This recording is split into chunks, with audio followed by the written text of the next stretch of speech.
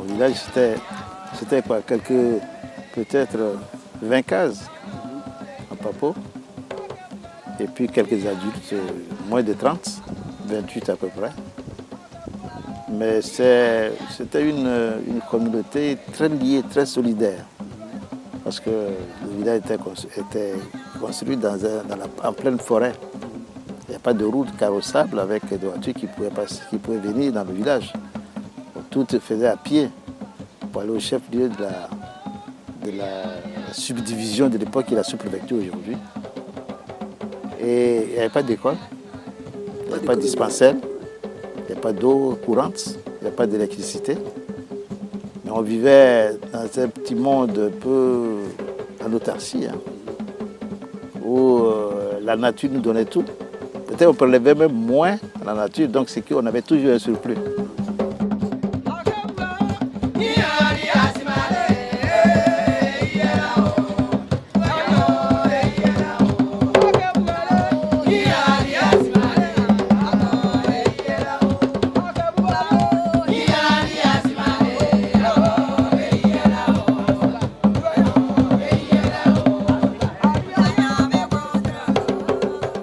Il y avait peut-être 2 ou 3 mois de disette dans l'année, mais on n'arrivait jamais à boucler l'année totalement.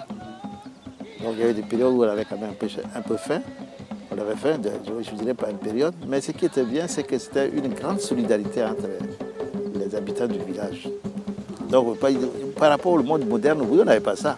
Mais comme on n'avait jamais vu l'électricité, l'eau courante, ou bien le savoir, avoir un livre, ou bien aller à l'hôpital, comme ce n'était pas notre portée, donc pour nous, tout ce que nous avions avec nous, ce que nous avions dans l'environnement du village, était bien.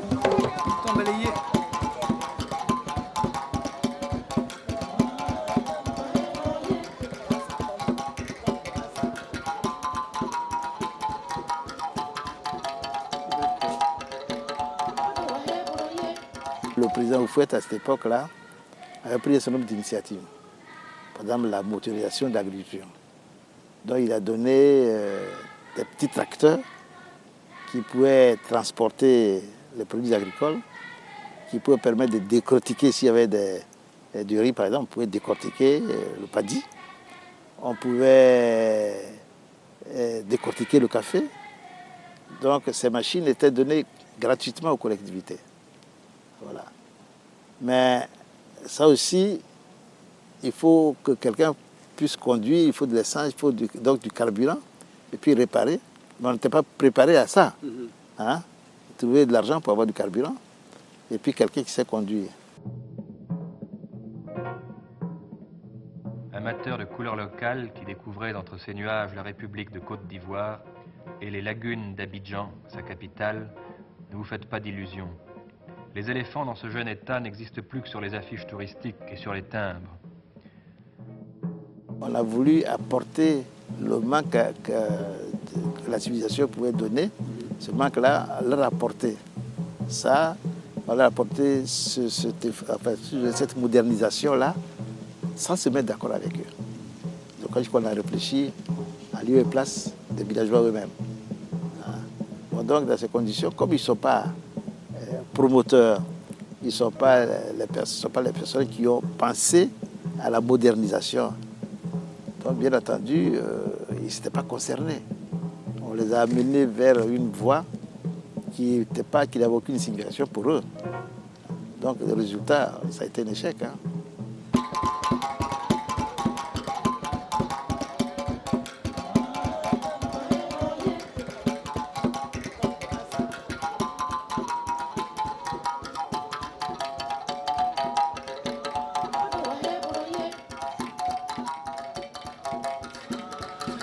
Pour moi, c'est Lévia qui a développé le village. Parce que là, il n'y a pas eu d'échec. Il a dit, même celui qui n'a rien, d'abord quand on a envoyé l'usine ici, moi j'ai recensé 50 jeunes. Je lui ai fait la proposition, il dit, mais ces enfants vont travailler à l'usine. Il dit, non, Mathieu, mais c'est pas ça. Tu vois, tu prends, mais tu ne veux pas loin là-bas. Les viens là, laissez ça là. Que chaque enfant plante au moins 1 hectare. Avec 1 hectare, il peut avoir même 300 000 francs par mois. Le planteur, son travail quotidien, c'est suivre d'abord ses travaux, de plantation. Parce qu'il a créé la plantation, il faut suivre l'entretien de la plantation, suivre la production de la plantation et travailler avec les ouvriers qu'on a. J'ai 5 seigneurs. J'ai 5 seigneurs. C'est celui qui coupe une partie de l'écorce pour pouvoir faire couler du latex dans les tasses. Si vous mettez régulièrement l'engrais, vous pouvez faire facilement à l'hectare 1 tonne et demie. Je suis planteur, je suis en même temps pépiniériste et je suis allé créer mon petit hôtel à Yabayo à partir de la plantation qui est de 18 chambres qui va me permettre d'avoir encore une autre activité hormis la plantation. C'est à partir du village que j'ai eu l'idée pour faire. Donc tout ce que j'ai fait, c'est à base du village. Je ne peux pas faire autre chose que sans le village.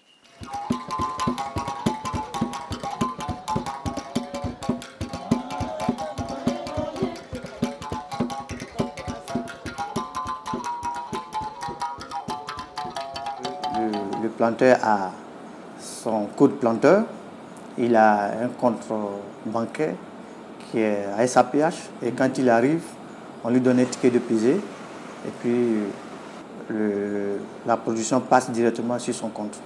C'est en fonction des clones.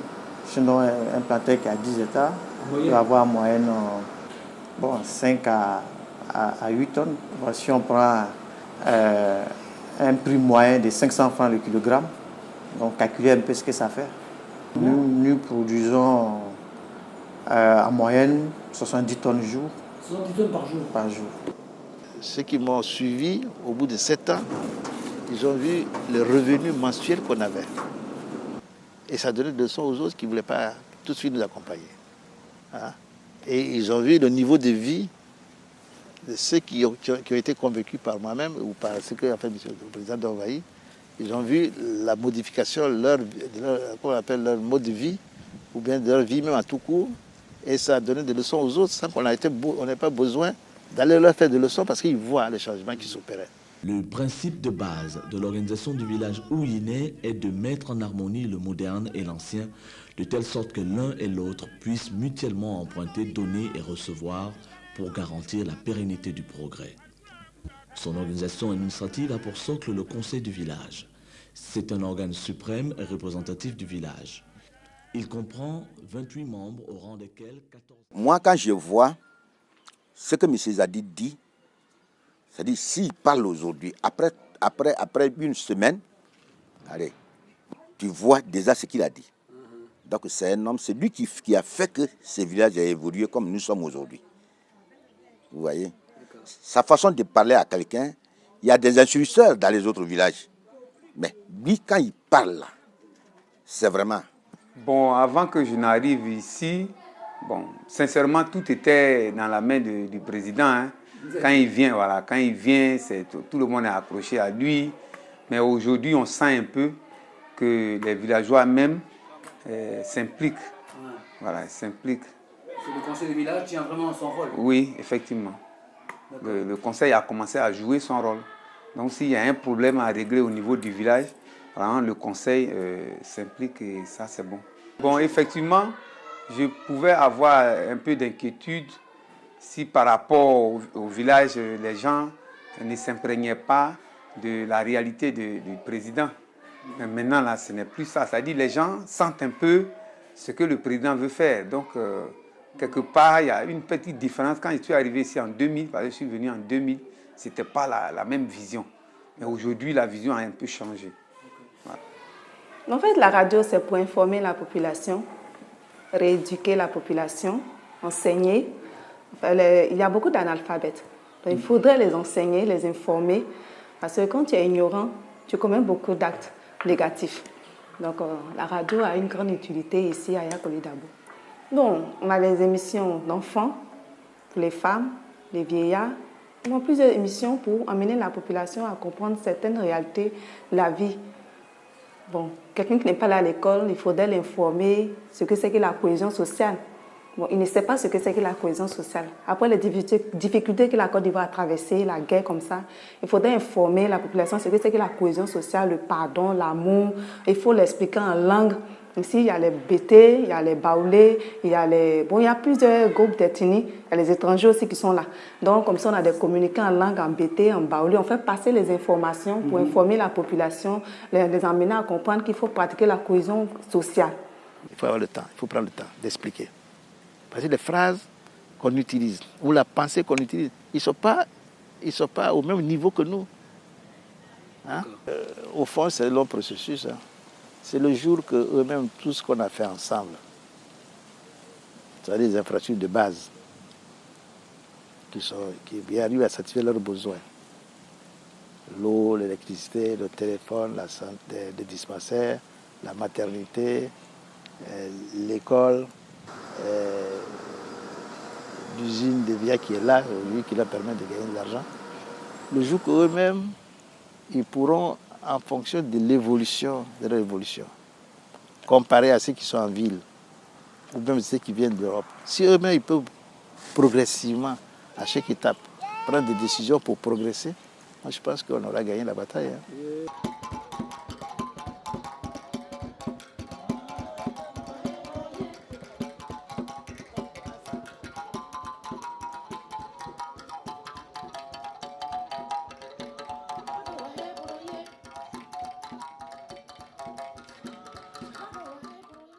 On a essayé de voir comment on peut séparer un peu la fonction de chef du village, l'homme qui supervise tout, et ceux qui peuvent travailler à ses côtés.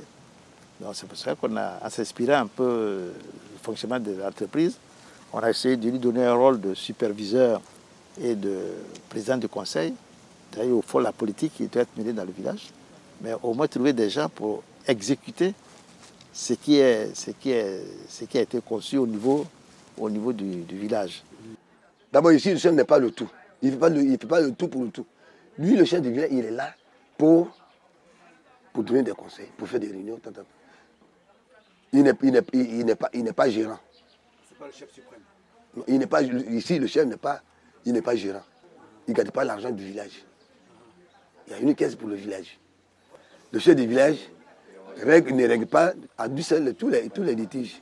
Il y a un comité de règlement des litiges. Le chef du village, il coordonne toutes les actions du village. Mais il n'est pas le tout, lui seul.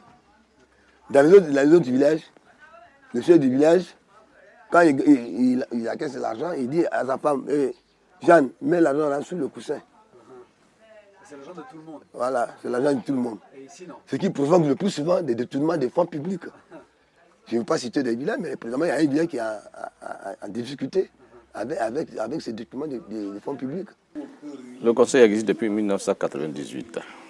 Notre rôle, c'est de regarder, de détecter et de porter des critiques et puis construire, c'est-à-dire développer. Donc nous sommes organisés. On a mis des comités, des commissions et des comités en place. Et chaque comité est chargé d'une mission. Dans sa mission, je donne un exemple, comme vous avez déjà parlé de l'hôpital, il y a un comité qui gère l'hôpital. Au conseil, il y a 32 personnes. Et dans ces commissions, donc, il y a les idées. Et les idées sont remontées au niveau du comité villageois qui transforme ces idées en projets et qui apporte au conseil du village qui choisit, selon les priorités, les projets à financer. Par exemple, il y a eu cette année, disons, la réfection, la réhabilitation de l'école primaire BAD. Le conseil a des membres. Et le président du conseil seul ne prend pas une décision. Les gens prennent des décisions collégiales. Je pense que c'est un plus, mais ça c'est parce qu'il y a eu un leader qui leur a expliqué. Qui a voulu ça. Voilà, qui leur a expliqué. Et les parents aussi ont compris le bien fondé de cela. Aujourd'hui, il n'y a pas un vieux qui est devant quelque chose ici. Le marché, machin, tout ça c'est la jeunesse. Et voilà une évolution.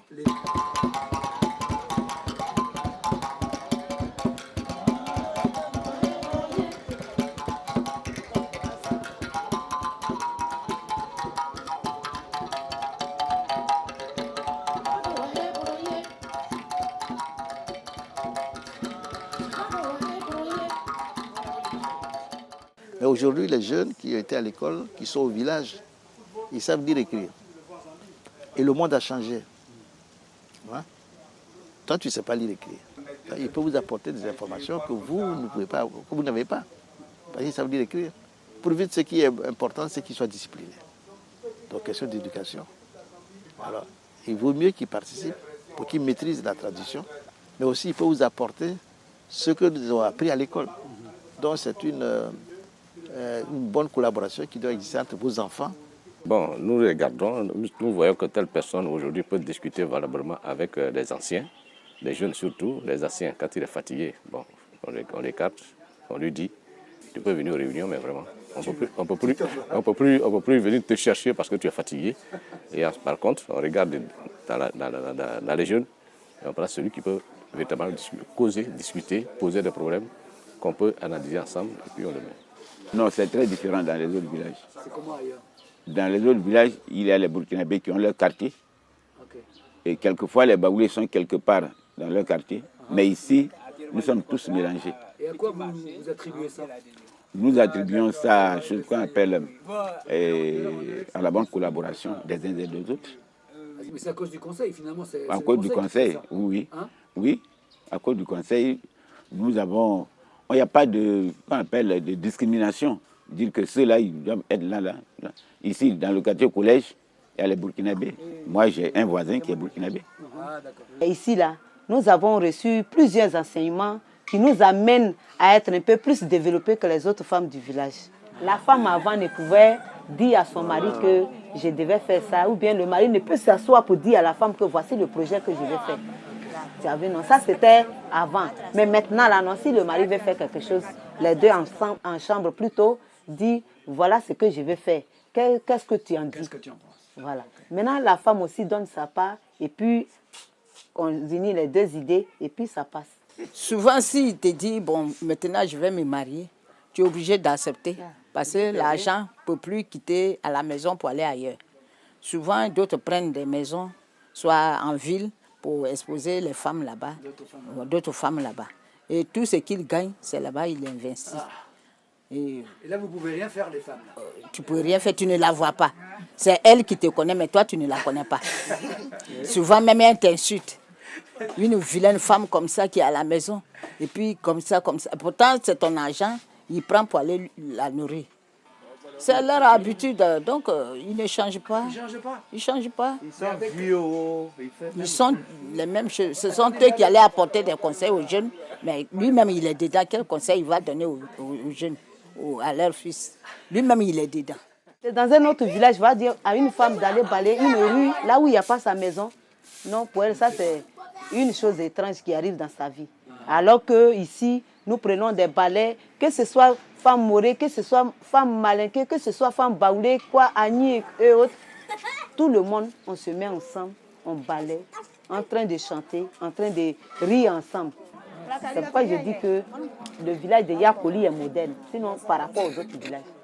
Voilà. Ça ne se passe pas encore. Ah, non, ça ne se passe pas comme ça. Dans le conseil, je suis dedans. Si les garçons ils ont un problème, s'ils sont en train de parler, moi aussi, on me donne la parole. On peut discuter de quelque chose. Là, on nous écoute aussi, nous les femmes. Les garçons, c'est eux qui géraient le marché. Ce n'est pas marché. Donc, ils ont donné, nous les femmes, là, ils nous ont donné ça. Mais aujourd'hui, eux-mêmes, ils voient que ça va. Vous gérez le marché et vous gérez quoi encore? Ça viendra. D'autres choses encore? Oui. Vous allez faire quoi? Vous avez l'ambition de faire quoi? Ils vont nous donner des choses, des structures qui sont ici. Ils vont nous donner quelques structures aussi pour gérer.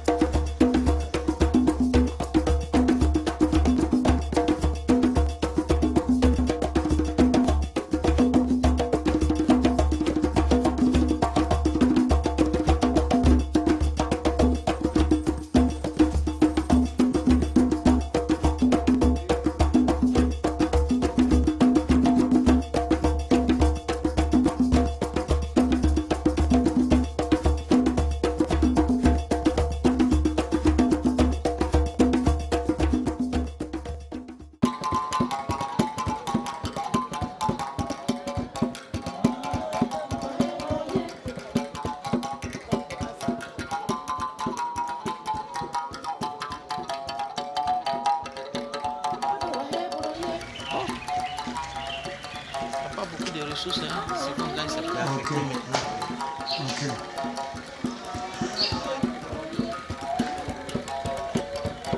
Comment allons-nous faire? Nous savons qu'on ne peut pas avoir les moyens de M. Zadi. Et qu'après M. Zadi, il n'y aura pas quelqu'un de sitôt ici dans le village comme M. Zadi. Donc c'est ensemble que nous pouvons, nos ressources que nous allons mettre ensemble pour jouer le rôle que M. Zadi jouait à lui seul. Ça veut dire quoi? Ça veut dire qu'aujourd'hui, chacun gagne un minimum de revenus. On pense que chacun ici au village a au moins 100 000 francs ou plus, au moins 75 000. Mais l'année prochaine, ça va augmenter. Donc nous pensons que chacun peut gagner 100 000 francs au moins. Si on se mettait d'accord pour que chacun mette dans un compte bloqué 5 000 francs par mois, on pense que d'ici 10 ans, l'argent qu'on peut avoir peut financer le développement du village sans que quelqu'un de l'extérieur ne puisse intervenir, sans même avoir recours au projet que l'État met en place. Parce que si on est dépendant des projets aussi, logique qu'il n'y a pas de projet, le développement est bloqué. Mais moi, personnellement, ça ne m'inquiète pas parce que nos enfants savent déjà sur quel pied il faut démarrer. Ils ont quelque chose, ils ont des plantations. Nous, à notre temps, il n'y avait rien. Il n'y avait rien. Et aujourd'hui, on a eu une source de revenus qui nous permet de vivre. Et eux, au moins, nous avons déjà le fonds commun de placement qui est là. Nous, aujourd'hui, parmi nous, on a déjà démarré, qu'on appelle le budget familial. Ça n'existait pas. Mais les enfants, déjà, ils ont démarré. Ce qui veut dire qu'on a de l'espoir. Après tout ça, il y aura des idées. Nous avons des enfants aussi à l'école, encore. Donc, si on les pousse, s'ils arrivent, des fois, il y a d'autres enfants qui sont actuellement en France. Quand ce qu'ils ont vu là-bas, là, ils peuvent dire, bon, ça est déjà ici, mais on doit créer encore d'autres choses pour l'évolution de notre village.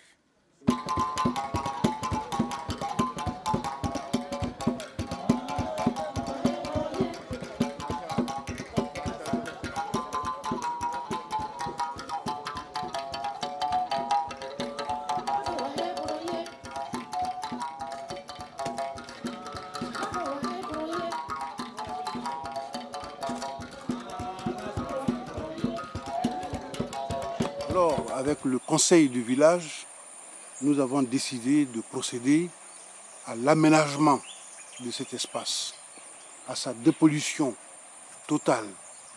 Et nous allons aménager sur les berges de cette rivière un centre de floristique où nous allons développer l'horticulture, nous allons développer des arbres qui n'existent plus pour améliorer la richesse, la diversité biologique de Yakoli Dabo.